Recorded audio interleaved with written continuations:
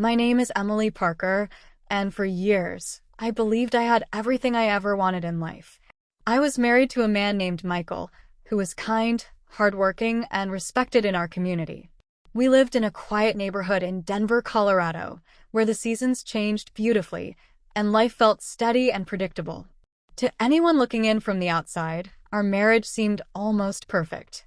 We had a comfortable home, shared family dinners, and attended community gatherings together.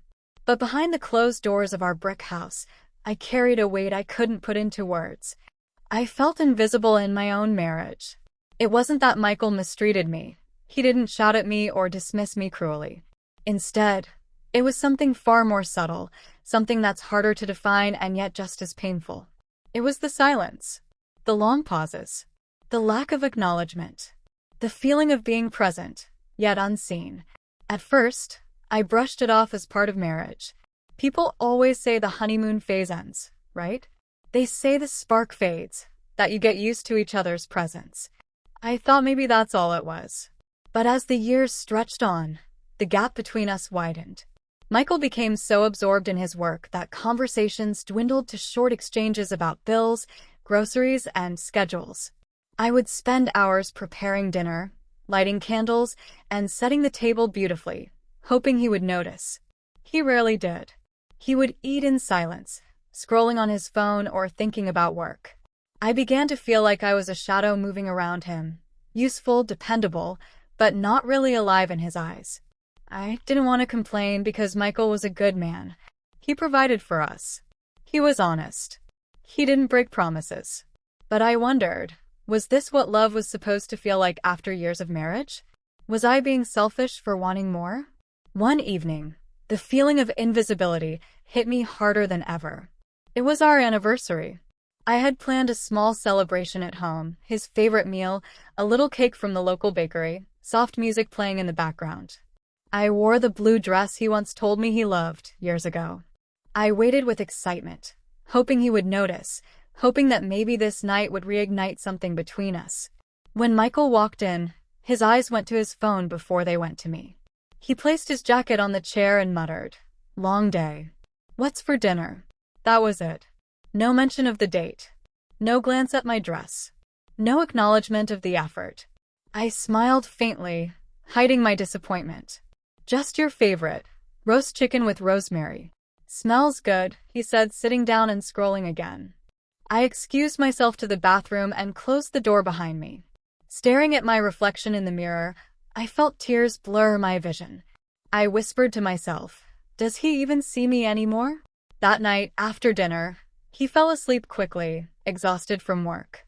I lay awake, staring at the ceiling, feeling lonelier than I ever had. Days turned into weeks, and the feeling lingered. But something shifted one morning. It was a Saturday, and I woke up earlier than usual. Instead of starting the day with chores, I sat down at the kitchen table with a journal. I wrote down everything I was feeling, the invisibility, the longing, the frustration.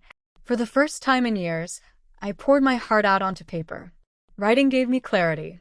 I realized that I couldn't keep waiting for Michael to change without first rediscovering myself. Somewhere along the way, I had lost my own voice. I had stopped expressing what I wanted, stopped speaking my heart, stopped shining as my own person. So I made a quiet decision. I would bring myself back to life. I started small. I joined a local art class in downtown Denver, something I had loved in college but given up after marriage. Holding a paintbrush again felt like reconnecting with an old friend. Colors spilled across the canvas, and for the first time in a long time, I felt seen, not by Michael, but by myself. I also began volunteering at the community center, helping kids with after-school programs. Their laughter, their curiosity, and their joy reminded me that life could still be vibrant. And slowly, something unexpected happened. Michael began to notice. One evening, I came home from art class, my hands stained with paint. I laughed as I tried to wash them off, and Michael looked at me, really looked, in a way he hadn't for years. "You're glowing," he said quietly. I froze, surprised. "What do you mean?" "I don't know," he said, setting down his laptop. You look happy." "I haven't seen that in a while." That small acknowledgement felt like sunlight breaking through clouds. From that night on, things began to change. Not overnight, but gradually. Michael started asking me about my classes, about the kids at the community center. He showed interest in my stories, sometimes even laughing along. For the first time in years, we had conversations that weren't just about bills or schedules. But the real turning point came one weekend when the community center organized an art exhibition. My painting was selected to be displayed. I was nervous, unsure if it was even good enough, but I went anyway. To my surprise, Michael showed up. He walked in, wearing a crisp shirt, looking around until he found me. When he stood in front of my painting, a burst of blue and gold that I had titled Unseen Light, he stared at it for a long time. Then he turned to me and said, "Emily, I'm sorry. I didn't realize how much of you I was missing all these years." I felt tears fill my eyes. "Michael."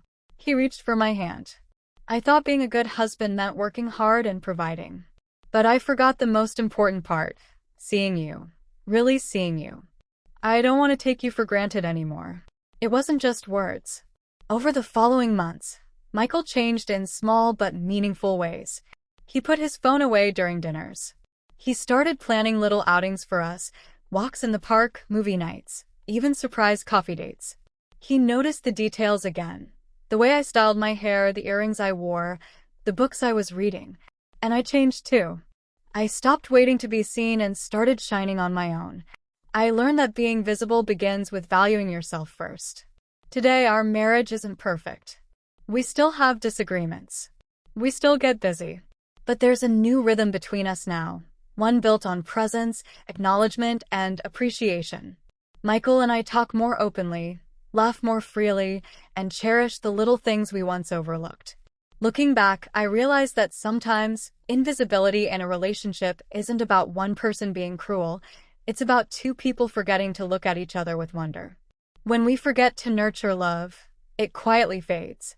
But when we choose to notice, to appreciate, to really see each other again, love can bloom even stronger than before. So, if you've ever felt invisible in a relationship, I want you to remember this. You are not unseen. You are not unworthy. Sometimes, it takes rediscovering yourself to remind others of your light. And sometimes, it takes a little courage to say, "I need you to see me." That was my journey. I was a wife who felt invisible, but I found my way back, not just to my husband's eyes, but to my own heart. And that changed everything.